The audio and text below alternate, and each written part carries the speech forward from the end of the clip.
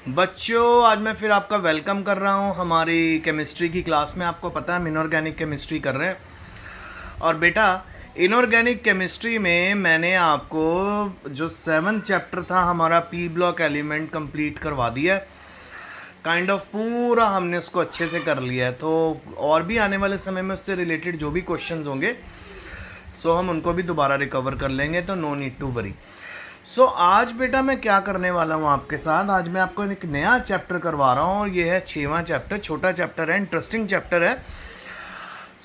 इस चैप्टर में हम करने वाले general principles and process of isolation of element. General principle and process of isolation of elements, ये वो चैप्टर है जिसके अंदर हम देखेंगे किस तरह से हम मेटल में से इम्प्योरिटी को बाहर निकालते हैं और किस तरह से मेटल को अलग अलग मेथड से प्योरीफाई करते हैं, कौन सा मेथड बहुत अच्छा है, किस मेथड में हमें 99.9% प्योर मेटल मिल जाती है और किस मेथड कौन सा मेथड बहुत ज़्यादा चीप होता है, कौन सा मेथड बहुत ज़्यादा एक्सपेंसिव होता है। बेटा एक बात आप माइंड में रखना, जितने भी लेबॉर्ट्री के मेथड होंगे ना वो बहुत ज़्यादा एक्सपेंसिव होते हैं, बहुत महंगे होते हैं, क्योंकि वहाँ पे क्वालिटी मैटर करती है, क्वांटिटी मैटर नहीं करती। और जितने भी मेथड होते हैं इंडस्ट्रियल स्केल के वो क्वांटिटी मैटर करती है, क्वालिटी मैटर नहीं करती। तो शुरू करते हैं। पहली डेफिनेशन जो आपके पास है वो है और क्या है। बेटा सिंपल सी बात है, याद रखना दो चीज़ें होती हैं, एक होता है मिनरल और एक होता है ओर।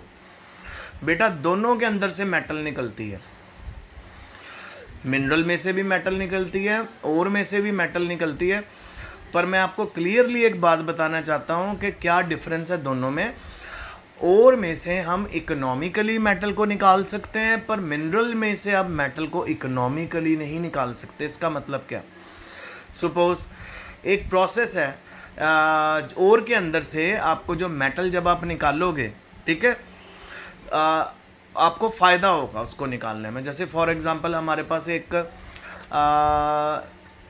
ऐसा मिक्सचर है जिसके अंदर मेटल को अगर हम निकालते हैं तो मेटल है 500 रुपीज़ के जी और प्रोसेस लग रहा है सिर्फ 10 रुपीज़ का। 10 रुपीज़ में हम 500 रुपये किलो मेटल आसानी से निकाल लेते हैं, तो ये इकोनॉमिकल हुआ।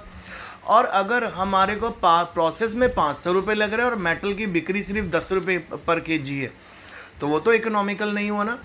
और क्या हुआ, एक ऐसा मिनरल जिसके अंदर से मेटल को हम एक्सट्रैक्ट करते हैं इकोनॉमिकली, उसको बोलते हैं और। यानी वो सभी मिनरल्स जिसके अंदर मेटल निकालने से हमें फ़ायदा होता है इकोनॉमिकली, उसको बोलते हैं और। बाकी जिनमें इकोनॉमिकली हमें फ़ायदा नहीं होता वो होता है मिनरल। फिर नेक्स्ट हमारे पास टॉपिक है मेटलर्जी। मेटलर्जी होता है बेटा वो प्रोसेस जिसके अंदर हम मेटल को एक्सट्रैक्ट कर लेते हैं, निकाल लेते हैं इसकी ओर के अंदर से। वो प्रोसेस अलग अलग प्रोसेसेस जिसके अंदर मेटल को हम निकाल लेते हैं मेटल के ओर के अंदर से, उनको बोलते हैं मेटलर्जी। यानी मेटलर्जी प्रोसेस के साथ हम मेटल में से और को अलग अलग मेथड से एक्सट्रैक्ट करते हैं। फिर आगे आगे बेटा गैंग क्या चीज़ होती है। गैंग होता है बेटा वेस्ट मटेरियल इम्प्योरिटी जो हमें हमेशा मेटल के साथ जुड़ी हुई मिलती है।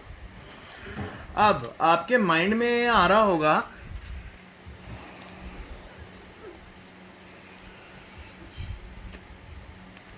ये बात आपके माइंड में आ रही होगी कि यार ये मेटल के साथ इम्प्योरिटी हमेशा क्यों मिलती है, मेटल के अंदर हमें अलग अलग मेथड क्यों लगाने पड़ रहे हैं उसको प्योरीफाई करने के लिए। बेटा सिंपल सा आंसर है, आपको पता है metals are always electropositive. Electropositive का मतलब होता है मेटल्स के पास ना हमेशा इलेक्ट्रॉन्स एक्सेस में होते हैं। क्योंकि मेटल के पास इलेक्ट्रॉन एक्सेस में होते हैं तो इस करके वो हमेशा अपने इलेक्ट्रॉन को डोनेट कर देती हैं, लूज़ कर देती हैं। और जितनी इम्प्योरिटीज़ होती हैं यूजुअली वो नॉन मेटल्स होती हैं, या जो भी रॉक है, ठीक है, सैंड है, क्ले है, इनमें इलेक्ट्रॉन की कमी होती है।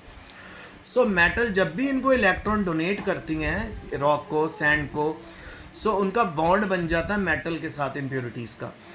तो इस करके मेटल हमेशा जब भी हमें मिलेगी अर्थ क्रस्ट में बेटा, जब भी मेटल हमें मिलेगी वो इम्प्योर फॉर्म में मिलेगी, प्योर फॉर्म में रेयरली मिलेगी।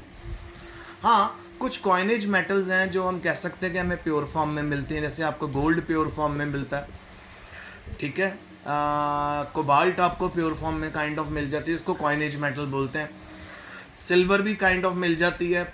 और आप नोटिस करना कि गोल्ड के जब भी ऑर्नामेंट बनाए जाते हैं बहुत देर में जाके उनका लश्कर ख़त्म होता है, क्योंकि जब भी कोई चेन बनाई जाए गोल्ड की, सिल्वर की बनाई जाए, कोई हार बनाया जाए, कोई ब्रेसलेट बनाया जाए, सो बेटा with the passage of time जो सिल्वर का जो भी ब्रेसलेट है या जो भी हार है वो काला पड़ जाता है। काला क्यों पड़ता है?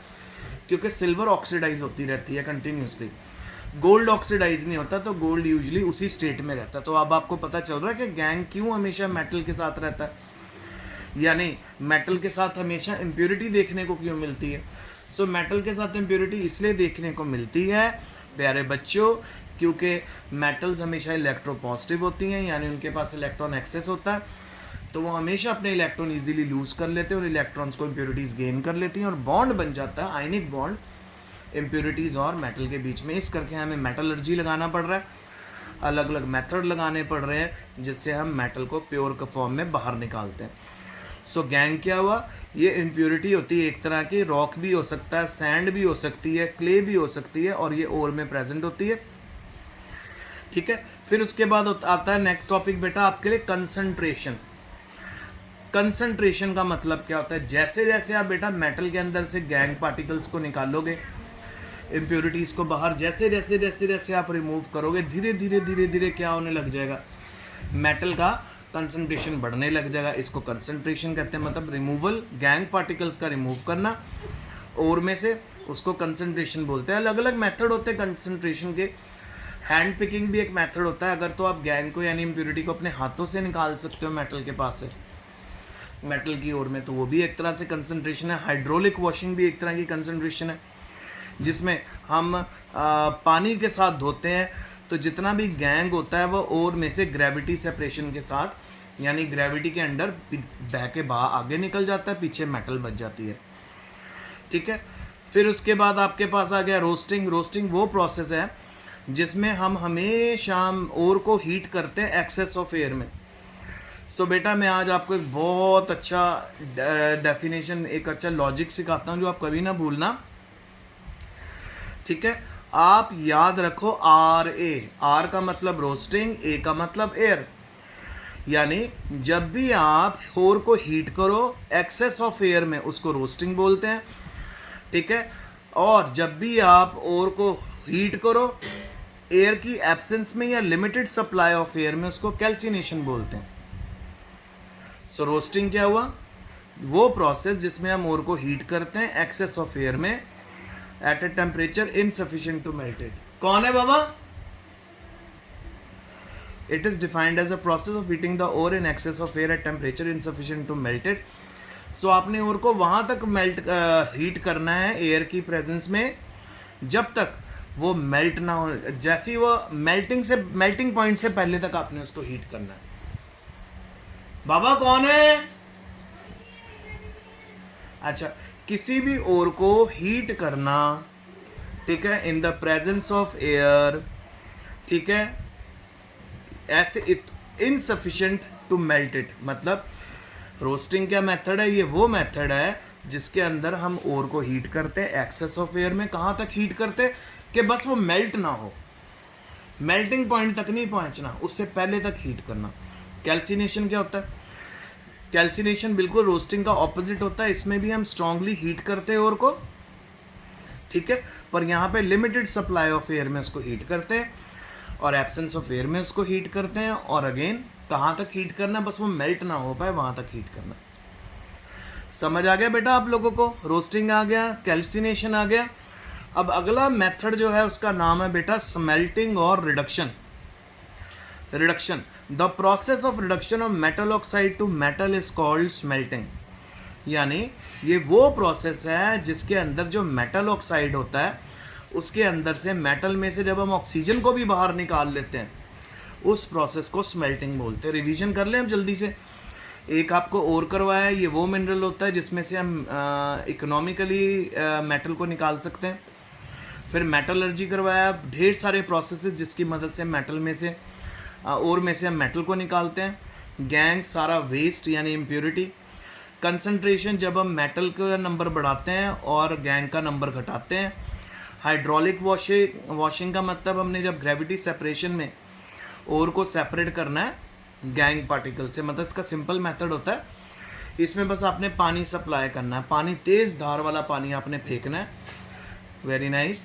और उस तेज़ धार वाले पानी के अंदर से जब आप सारी की सारी मेटल को एक्सट्रैक्ट करोगे, जिसको प्योरीफाई करना है, सारा जो उसका गैंग है वो बाहर रह जाएगा, बह जाएगा, पीछे प्योर मेटल रहेगी।